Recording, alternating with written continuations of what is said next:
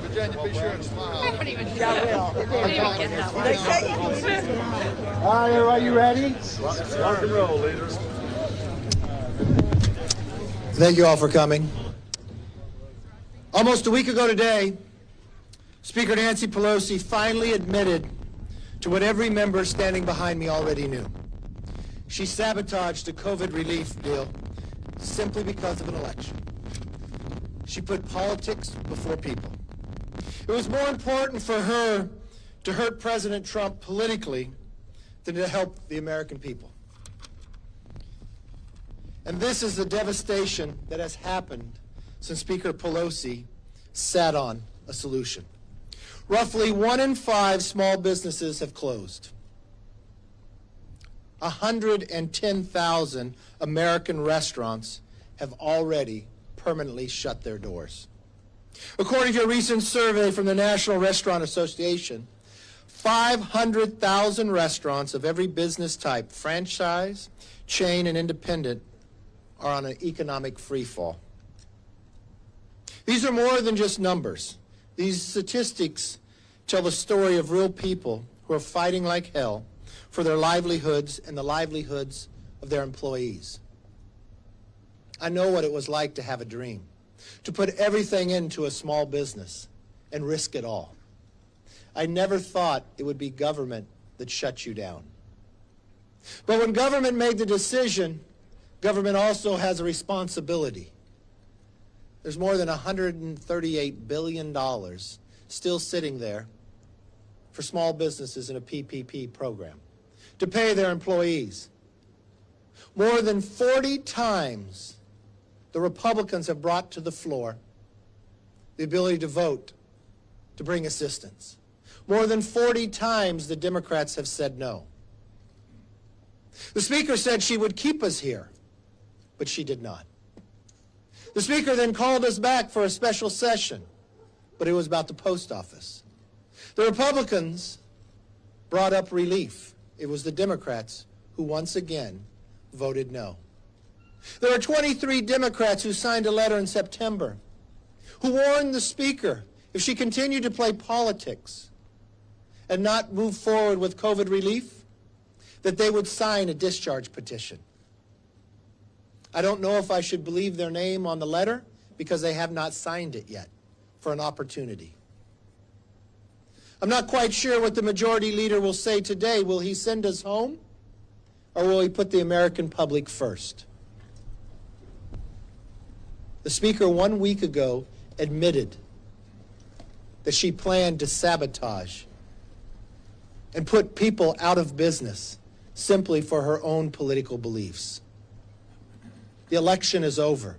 The time is now to work, and there's an opportunity to get it done now. I know more than 40 times you said no, but today we hope that you will say yes. How many more businesses have to shutter? How many more dreams have to be shattered? How many more people have to be laid off before Nancy Pelosi and the Democrats will act? I'll promise you this. The Republicans will continue to work in good faith, just as we put forth bills again and again that the Democrats have voted no on. Just as we worked with the Senate and the White House. Just as we know there's an opportunity to help those who need it the most and to stop playing politics. With that, I want to introduce our whip, Steve Scalise.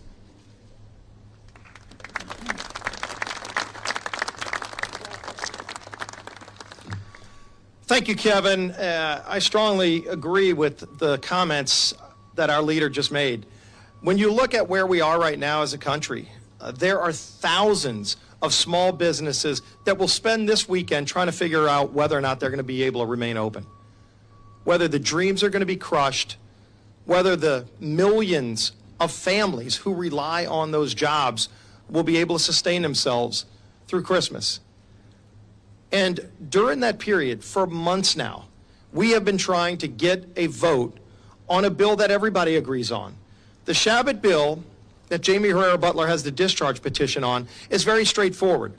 There are a lot of areas where we're still in disagreement, but one area where we all came together and passed the CARES Act was that we need to help those small businesses who are struggling and those families who are wondering whether or not they're going to have a job to go back to on Monday. We should not be leaving today without passing that Shabbat bill. If it was put on the suspension calendar, it would get, I'd suggest we would get over 400 votes on that bill. There's wide bipartisan support. And yet, as we see, Speaker Pelosi continues to play games.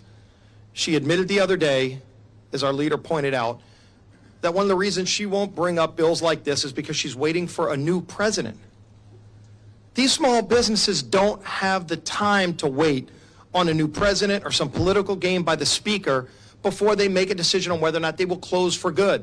We've already lost over 100,000. We've already lost over 100,000 restaurants in America that will never reopen. A third of every single small business in the entire state of New York is gone for good. This is a real issue that we don't have time to wait on. There's a long list of areas where we are in disagreement. Every time the president or Secretary Mnuchin or Mitch McConnell put out another plan on the table, all Speaker Pelosi does is says no. She doesn't come up with an alternative. They continue to play partisan games and people's lives are at stake. This game has to end. This game of chicken where hostages are being taken. And the hostages are America's small businesses. The hostages are millions of families who just want to be able to go back to work. The safety protocols are out there. You've had some of the smartest minds in medicine say there's nothing wrong with having safety protocols where you spread people out and have outdoor dining. And yet you've got some of these governors across the country that are telling you you can't go to your local restaurant, yet they're going to their favorite restaurant. That hypocrisy by these Democrat governors and mayors has to come to an end. It has to end now. How many times have we seen examples of a governor telling you can't do something and they're doing it? A mayor telling you you can't do something and then they're caught doing it. A mayor in Cabo telling you not to hang out with your family when he's hanging out with his family for Thanksgiving. This is madness. This is insanity, and it's not based on science. If it was based on science, they wouldn't be doing it. But they're doing it to control these small businesses, to crush these small businesses. We see what's going on. Everybody says what's going on. The speaker acknowledged it the other day, where she admits she's playing games with people because she wants to wait until a new president's there. She doesn't want Trump to get credit. This isn't about who gets credit. It's about who we can save, who we can help, who needs help. And we're in agreement on parts of this. Let's pass the bills that we have agreement on. And there are really good bills that we do. That Shabbat bill is one example. You could literally save every small business in this country that's struggling by bringing up that bill, and it wouldn't even add a dime to the deficit. That money, the $138 billion, is sitting in account frozen. And this isn't a new program. This is a program that's been widely successful. Our local banks know who these small businesses are. They need the relief now. They can't wait another week. I've been telling the majority leader in our colloquy since September that this bill is out there and has wide bipartisan support. And they don't deny it. They just point to all the areas where we disagree while they're holding these small businesses hostage. The game has to end. They need to bring this bill to the floor. And we're calling on Speaker Pelosi to bring this bill to the floor to save all these small businesses who are dying on the vine and need this relief. They need the relief today, not next week, not next month, not whenever Pelosi decides to stop playing games. So that's what we're calling on the Speaker to do. Bring up the Shabbat bill. Let's give the relief to these small businesses who need it now. Let's save those millions of jobs so that they can have their Christmas like we want everybody else to be able to celebrate this Christmas season. And with that, I'm going to bring up our conference chair, Liz Cheney.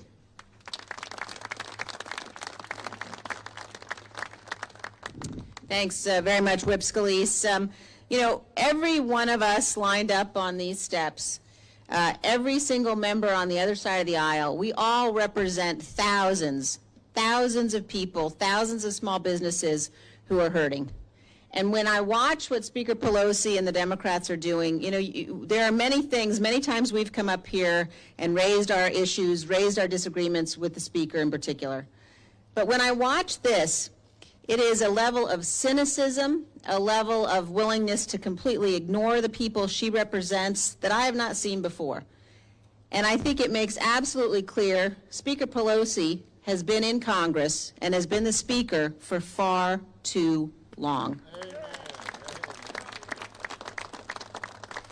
The American people deserve a House of Representatives that is one that will do what is needed. We are in the middle of a pandemic. We have got small businesses across this nation. We have got ag producers, we've got energy producers, we've got restaurant owners, we've got hospitals, we've got people who are suffering. And the Speaker of the House seems to think that this is all about sitting in back rooms, negotiating deals, scoring political points. When she finally says the quiet part out loud and admits she actually is doing that. She actually has delayed getting help to the American people because she was waiting to see if Joe Biden would get elected president. That is what she's doing. Every single American, every single member of this House, particularly every single member of her party, needs to answer the question, and I hope you all will ask them. Do you agree that the Speaker of the House is in the right to continue to play politics while people's businesses are suffering, while people are dying, while our hospitals are suffering, while our agriculture industry is suffering? Every member of her side of the aisle has got to stand up and explain why they think it's okay, why they think these games are all right. People are hurting, they need help. As our leader said, as our whip said, we have the ability today, right now, instead of voting on bills to legalize marijuana, bills to protect exotic cats, put the bill on the floor that will help small businesses and do it now. It'll pass. So we stand together calling on this body, calling on Speaker Nancy Pelosi to stop sitting on her hands, to stop sitting in front of a refrigerator with the expensive ice cream, and to help the American people today. With that, I'm going to introduce the Republican leader of our Small Business Committee, Mr. Shabat. Thank you, Liz. I was the chair of the Small Business Committee for 2 terms, and this past term, the ranking member. And I'd like to start off by just saying about half the people who work in America work for a small business. About 70% of the new jobs created in America are created by America's small businesses. They're critical to the American economy. When COVID-19 hit earlier in the year, this institution, the House, the Senate, together, bicameral and bipartisan, Republicans and Democrats, passed the CARES Act, and within the CARES Act, the PPP program, the Paycheck Protection Program. It saved over 50 million jobs all across the country, including in my district, in this greater Cincinnati area. I visited over 70 of those businesses. I've talked to businesses who would have gone under, who would have had to get rid of all their employees. And it's not just the small businesses, again, that you're trying to help, and you are, but it's those employees and it's those families that they support. Well, unfortunately, the Paycheck Protection Program, the doors to that program were shut back in August. And all we need to do is to pass legislation to reopen those doors, to give small businesses who didn't get an opportunity to get one in the first round for whatever reason, or a business that did but has revenue decreases of 25%, meaning they're really hurting and need another loan, give them access to those loans again. We don't even have to put any more money in the program. There's already approximately $135 billion just sitting there that we could help these businesses and save those jobs. But as already been mentioned, the Speaker Pelosi, we all suspected that she wouldn't bring this up for a vote because even Democrats were for it and all the Republicans were for it, wouldn't bring it up for a vote because if it passed, it might help President Trump in the election. We suspected that, and then she basically confirmed it recently. It's outrageous to think that politics are standing in the way of helping those small businesses and, most importantly, helping those employees and those families who depend upon this. So I want to thank our next speaker, Jamie Herrera Butler, for her leadership on the Rules Committee and introducing the discharge petition, which would bring my bill, H.R. 8265, to the floor and actually put those Democrats who said they'd support it on the line with all the Republicans and pass this for those small businesses who so desperately need this. So, Jamie, you want to come up? Thank you.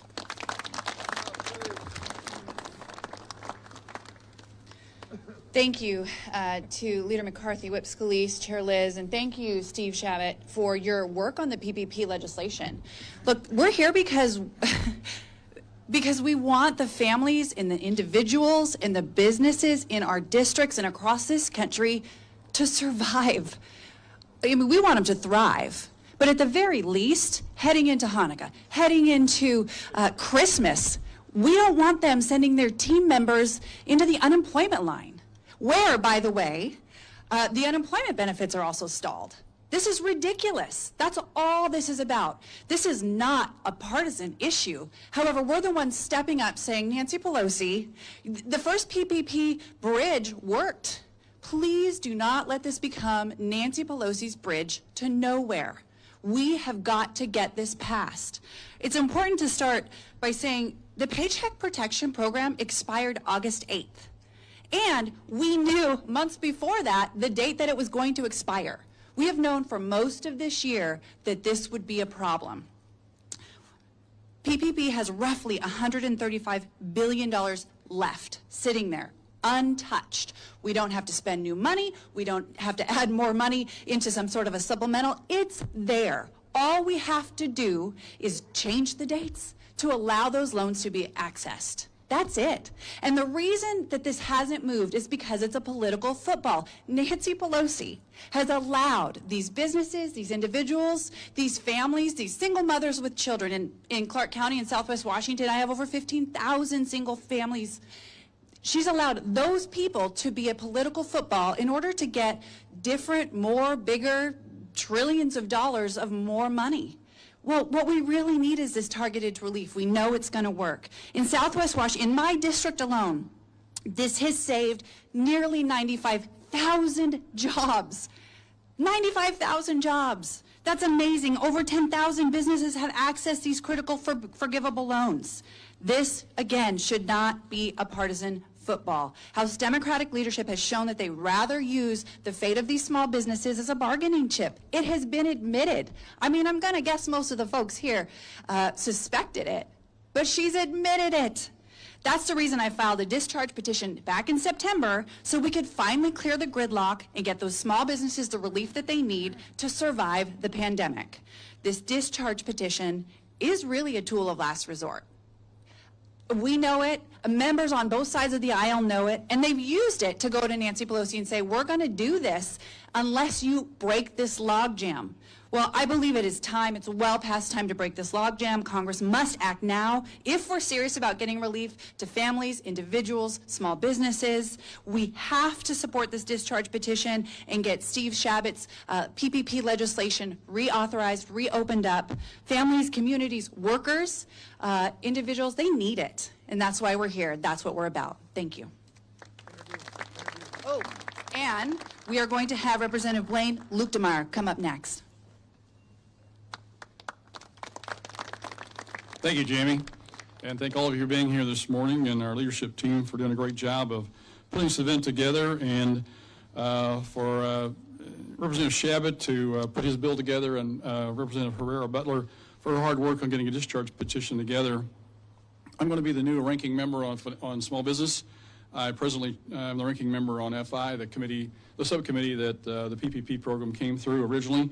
And we're going to continue to work on this. This is why we're here this morning. This is a very, very important program that has proved to be effective, that proved to work, and yet it's being held up for seemingly no reason except politics, which around here seems to be the course of the day, by the speaker.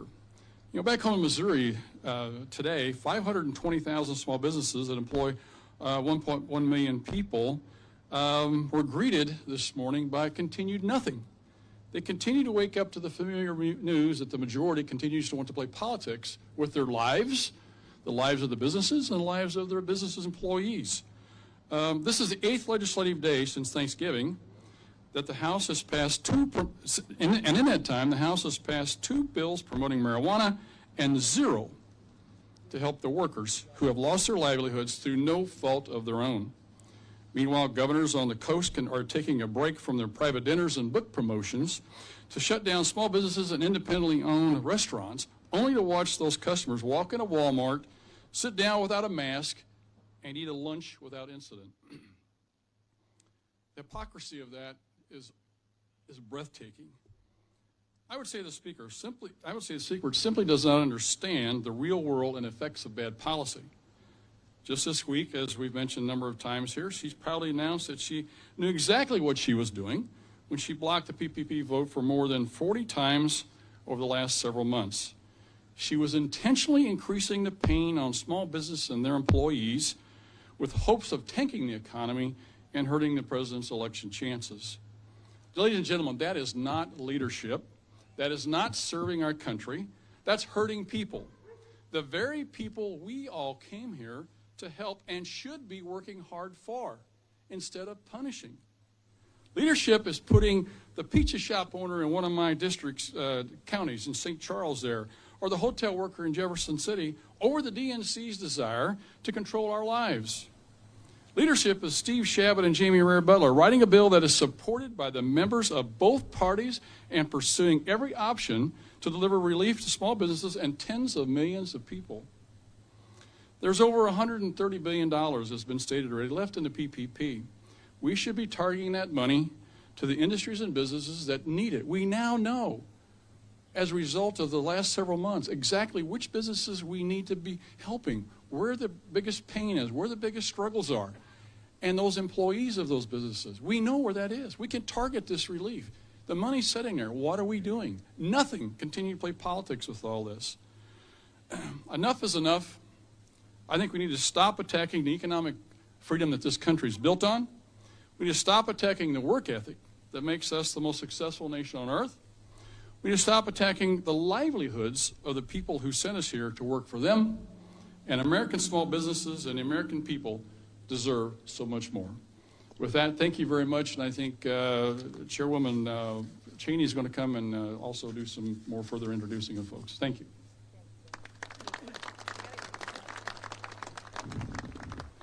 Thank you, Blaine. I'd now like to introduce a young woman who, her name is Sarah White. She's the Chief Operating Officer of 3 locations of the Lost Dog Cafe, operating not far from here in Virginia. And she's going to talk about the real-world impact of the decision by the Speaker not to move forward on the needed assistance for the American people. So with that, Sarah, I'd like to introduce you.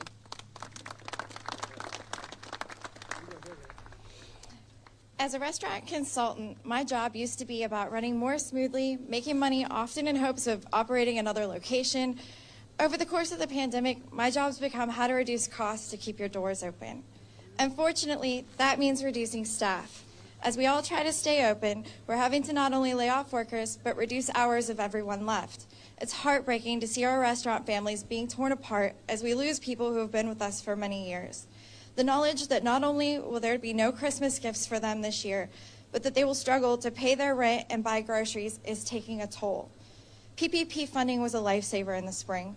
It allowed us to retain all of our staff, increase training. It helped with implementing so many safety standards for our guests that we continue to use today. Our hope is that Congress will pass some desperately needed funding to allow us to bring back all of our staff, remain at levels to get through to the other side of this tunnel. We're here begging for our lives. Please help us keep our restaurants open.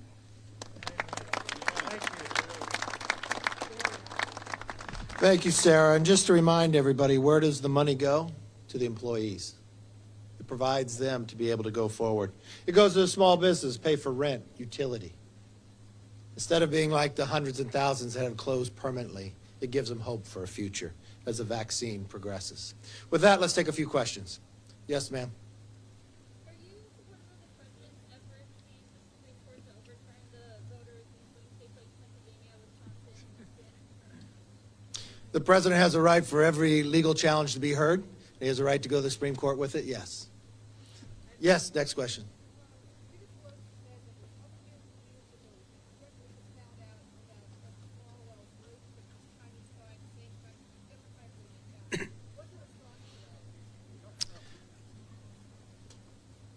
Speaker Pelosi was notified. I was not.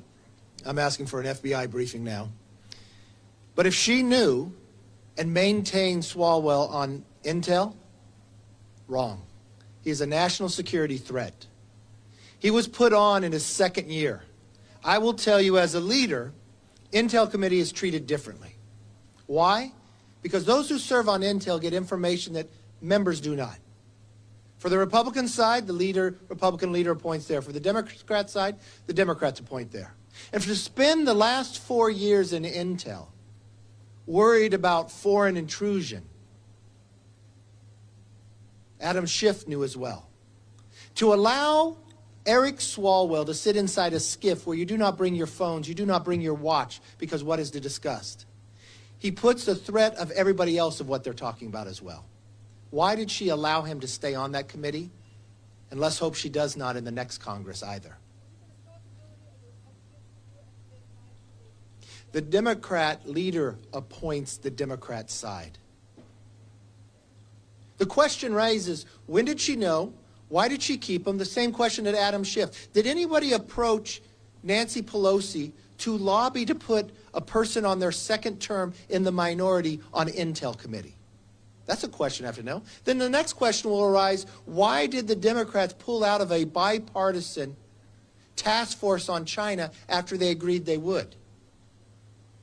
This just raises so many more questions. Eric Swalwell should take it upon himself to resign from Intel. Why did Eric Swalwell, knowing what he knew after he was warned by the FBI, he didn't go to them, they went to him? Why did he challenge the director of Intel, John Radcliffe, when he just briefed the American public on the rise of China's spying? Why did he challenge that and take China's side and not America? That begins to raise a question too, and I would hope the Democrat leadership would raise a question for them. It's an easy one to answer for me. He is a national risk that should not serve on the Intel Committee. Swalwell was swindled, and he should be against China now instead of keep standing up for them. Yes?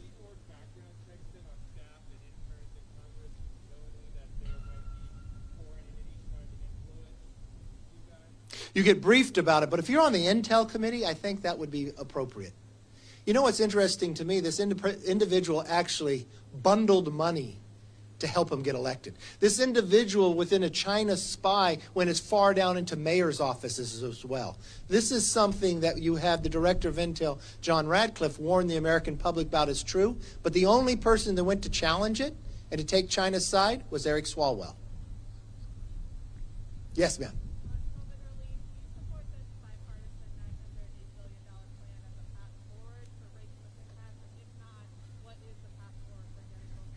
No, I actually support the plan that's actually more money, that is supported by the president, supported by the Republican leaders, that would actually go to more people, help more people in a time of need, would put more than $300 billion for small business, would allow us to use money that's already appropriated, so be fiscally responsible at the same time, and to do that now. The only person who's holding it up is the same person that's held it up for the last 4 months, Speaker Pelosi. Yes.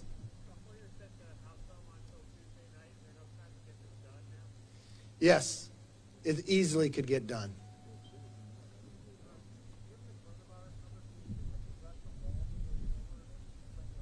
Which ball?